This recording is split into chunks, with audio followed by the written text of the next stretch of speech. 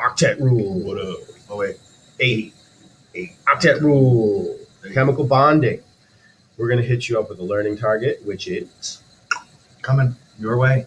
you got to explain why atoms will react to form chemical bonds in compounds, invoking the octet rule. Why does hydrogen bond with chlorine? Well, because when they do, both of them have a full octet.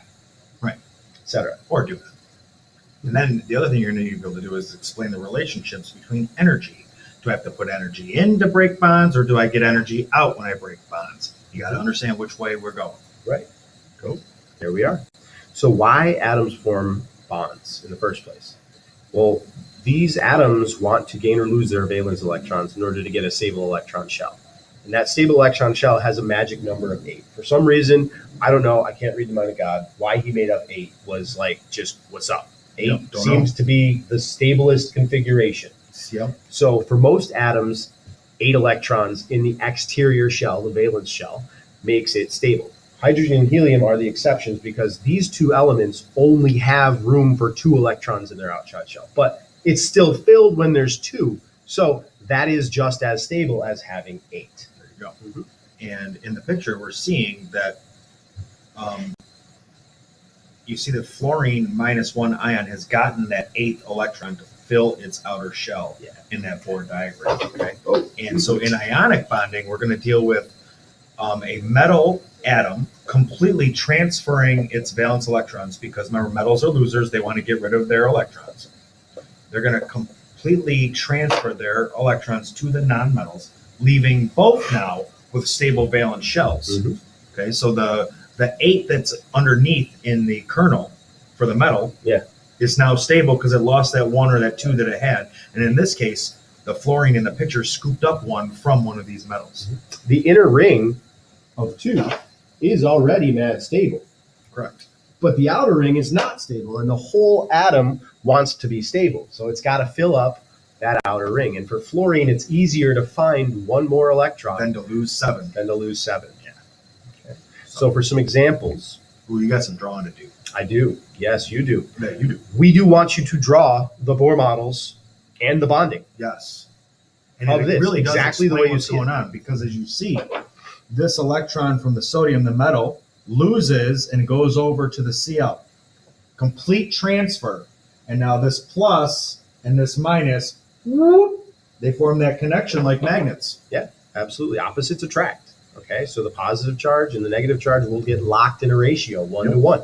So the chemical formula for salt, NaCl, table salt, sodium chloride, is NaCl because of that ratio of positive to negative charges in the ions that are formed through the complete transfer of an electron.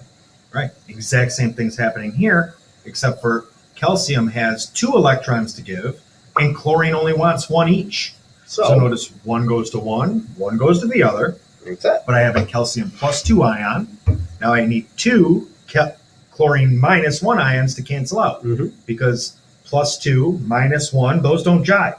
Right. So I need 2 -1s. And the picture illustrates perfectly what we're talking about. Right. And while we're here, you can see the notation would be up top CaCl2. What that 2 mean? That means there's 2 chlorines for every calcium, which you can kind of see in the picture of the Bohr models as well. 1 calcium atom on the left, 1 calcium ion on the right. 2 chlorine atoms on the left, 2 chlorine ions on the right. Yep, there you go. So that's it. That's what subscripts mean. Yep. The number of atoms that are preceding the subscript. Yeah, that's the thing that we don't want you to get confused about. It's the element before the subscript that the subscript's talking about. Right. So we got to make sure we got that.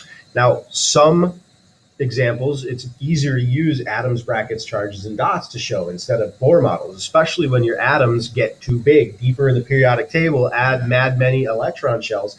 I don't want to draw all them kernels, so I'm going to use the Lewis model to show it simpler. Yes. So CaCO3, what do we got for us? Well, it's a Ca with a +2, and CO3 has a -2, so I need 1 of each. Yep. And we're actually going to learn a way to do it without drawing that structure for the CO3. And we haven't given you any instructions yet on how to draw these things. So why don't you just get a feel for what's going on before we give you all the rules. This is how I would draw it without the bonding. It would be literally Ca, +2. Yep. And then just do CO3. Yeah. With a -2. Done. Beautiful. As a matter of fact, we're going to do that again right now with the NaSO4. The only problem here is that we have to draw the Na twice because there's 2 of them. Do I actually get to draw this time? Yeah, yeah. You just draw it from, yeah, buddy. So we're going to do the Na and the Na. You got to draw it twice. They both have a positive charge from the periodic table. Of Twice. +1. Why is it twice, Mr. Milks? Because that 2 at the end of that Na2 means there's 2 2 NAs. Preceding element, you get 2 of them. Right. So here I'm going to draw both. I'm going to put a bracket around them because we're going to find later what these brackets mean. But what they mean is my electrons, you cannot have them.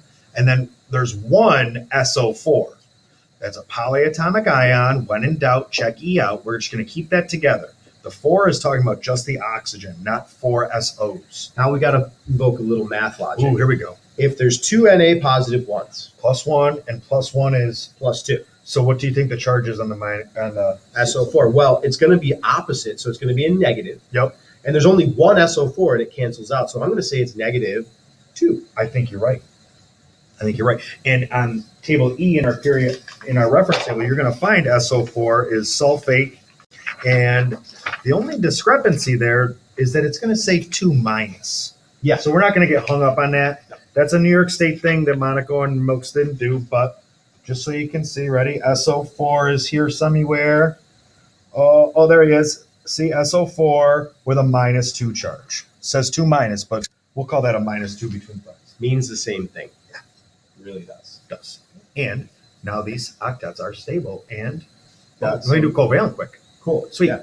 So covalent, we're going to have 2 nonmetals now by rule that share their valence electrons and leaving both now with valence shells. Again, we haven't gone through all the rules of drawing these yet, but we're just going to draw them up preview a little bit so you can see them. Do you want to draw them with just their lone electrons first? Sure.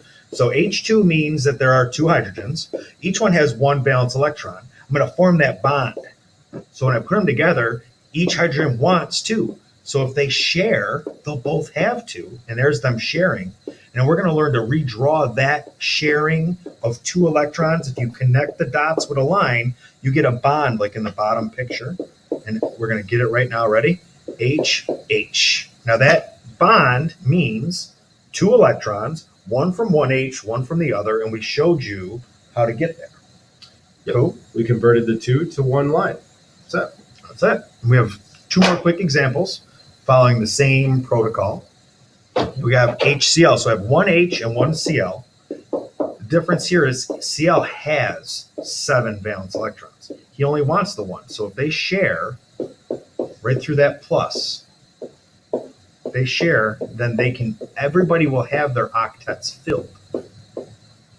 See, you're getting the hang of this. You could almost, after watching him do this, come up with the rules of how to draw these, I bet. We don't even probably got to give you rules, but we're good anyways. Are those 6 electrons necessary on chlorine? Yes, very much so. Because those are the 6 that are not involved in the chemical bond. Yeah, we call each 2 pairs a lone pair. And if you notice, if you were to put a circle around that chlorine with the bond, all the electrons are on one side now. Yep. So that gives me that negative on one side with a positive on the other side, and that's going to come into play later on in the unit. Polar molecule. All right, we got to get through H2O kind of quick. Okay. So I got 2 H's and I got 1 O. So this is just like a puzzle, if you will. The O needs 2. So hydrogen is going to give 1 to one set, and the other hydrogen is going to give 1 to the other. And this is a lot like putting together a puzzle. And you will see, there we go. We can redraw it now with our bonds. Just don't forget to put in those lone electrons, and you will have the actual picture of water. And it does have that bent shape, and that is what it's going to look like final product. Notice 8 electrons around oxygen. If you count each bond with 2 electrons, each hydrogen will have 2, and they're happy, and we good. Yeah. Is that it? Metals. Metallic bonding. Yep. So here is that sea of electrons that we didn't get through very good last unit, but we had to talk about it a little bit. And the picture shows you that the electrons are free to move around. And then real quick, atoms get to a lower energy when we bond. So the energy is given off. Yep. And when I break a bond, just like you think of breaking, you got to add energy to get it to break. Yeah. Absolutely, sir.